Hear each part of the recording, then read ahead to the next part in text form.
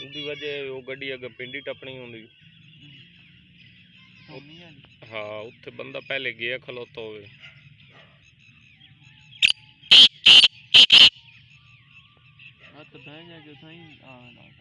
बिल्कुल थाई। हाँ इन्हों बेहतर है 18-19 हज़ार 20 हज़ार भरो, लेकिन बंदा तो लैके देवन वाला अपना हो तो बाहर वाला हो।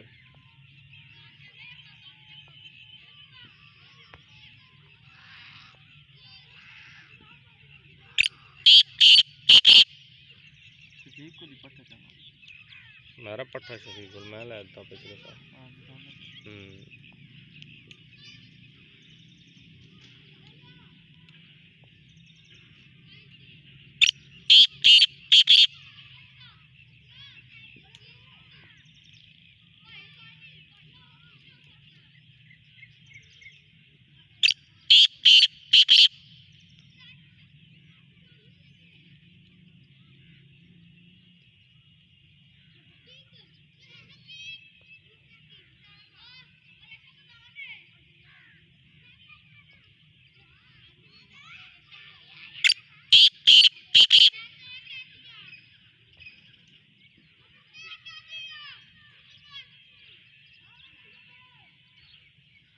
कपड़े जाली जाली जाली जाली जाली। जाली